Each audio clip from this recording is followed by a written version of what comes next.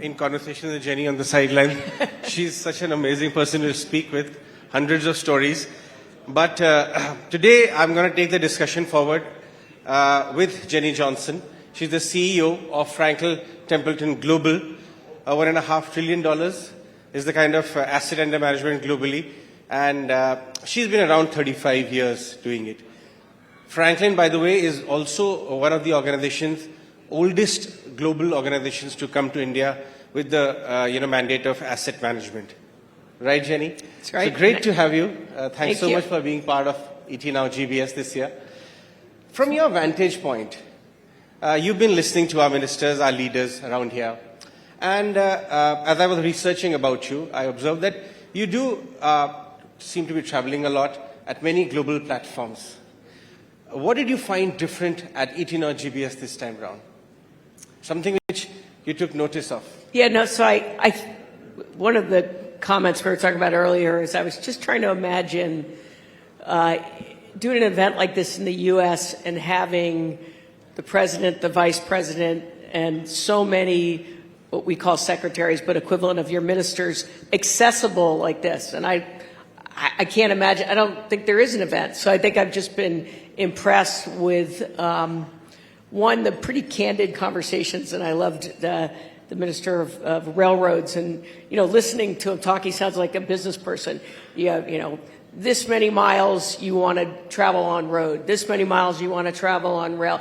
And that's the right way to think about it, to be able to advance it, So taking that kind of practical approach. So it's just been really interesting to observe the accessibility and what appears to be the transparentness of the various folks. So it's been a worthwhile time. Great, and that's what ET Now's job is, to bring the policymakers, all the stakeholders close to each other and have all the relevant conversations.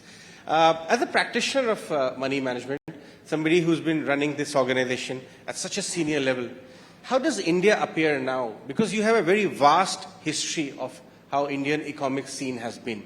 Franklin has been observing it from the very late 2-3 decades now.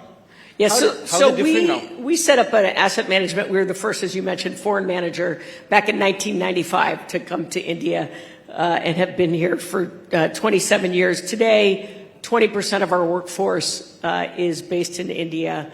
I actually lived for a period of time, in short period of time, but with my family, and my kids went to school in Hyderabad. So I've really seen sort of India grow over the last 27 years. And, there was always a saying, I know you all know this, which is India grows at night while the government sleeps, right? And I would laugh because I would always say to people, come on, this is an economy with, a huge percentage, 56% of the population under age of 25, a British-oriented legal system, some of the top education. There's so much opportunity.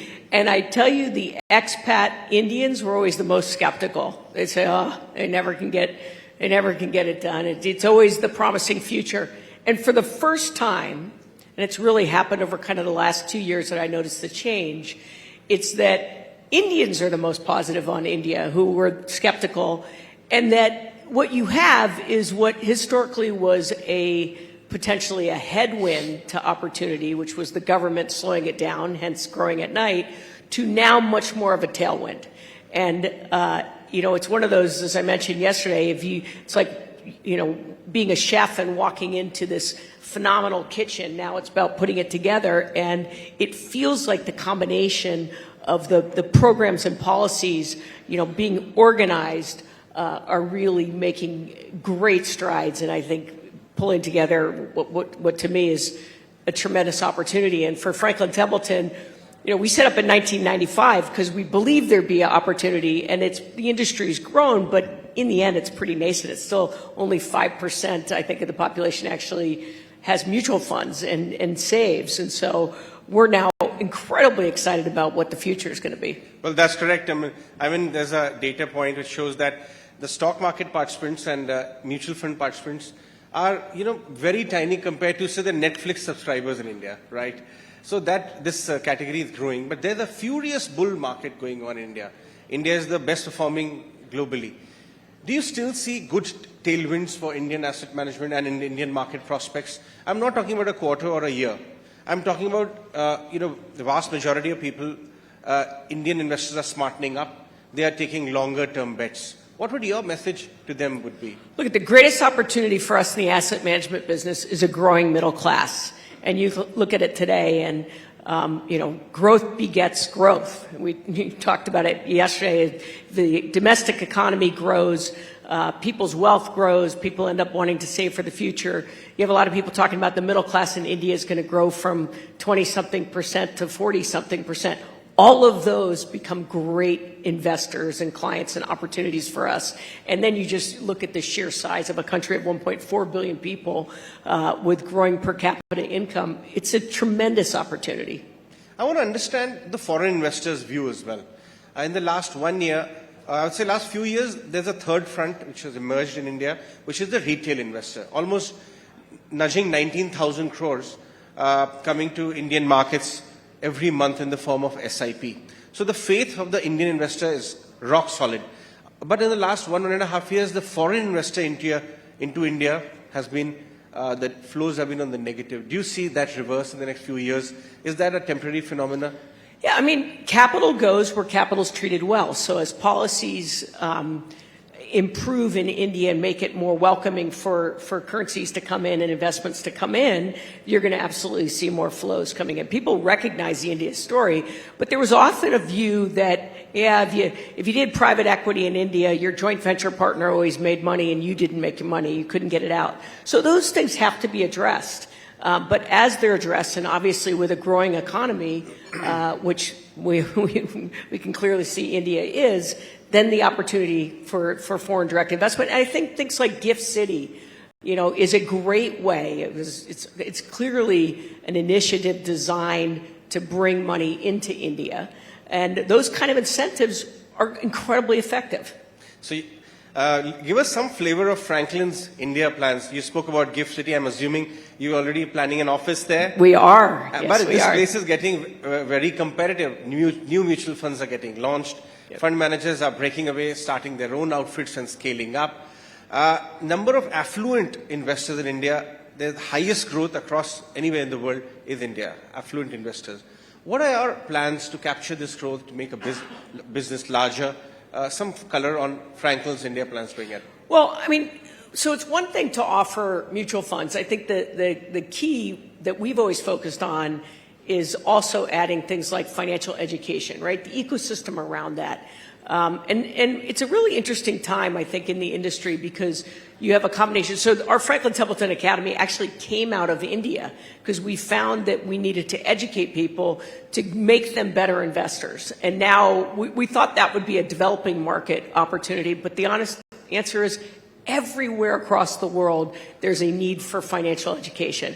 And so our academy is something that we've launched, as I said, we launched it here, but we leverage it globally. I think technology is bringing really interesting tools to reach more people and customize more specific portfolios. So I think you're going to see kind of an evolution from more sort of, let me get exposure to, say, large cap stocks in the market to, here are my goals, build a portfolio that's more specifically designed to those goals. And then I think finally blockchain will drive down the cost of delivering some of these types of products. It's still very nascent, but it will happen. And that is going to be incredibly effective in India because I think it becomes much greater for financial inclusion. All right.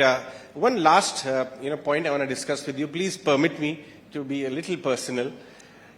I see you have such a flourishing career. I'm in an enviable position. You are at CEO at Global Franklin.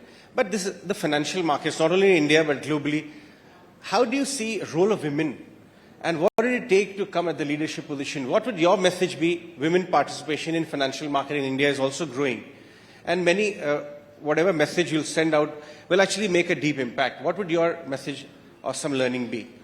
I guess one of the things from learning, I asked, so I have 5 children and 3 daughters, and I asked my kids, my daughters, are any of you going to follow me in this business? Mm-hmm. And one of my daughters said, oh no, Mom, I want to do something that helps people.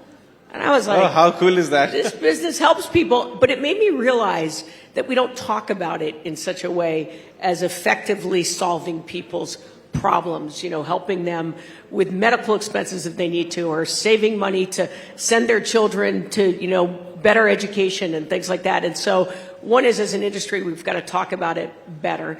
And two, and we're close on time, so I won't go into it, but a diverse group of investment people will uncover more ideas.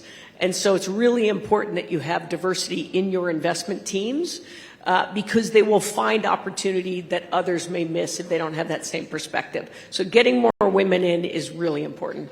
Outstanding. Thank you so much for joining us Thank today. you. Jenny, it was wonderful to have you.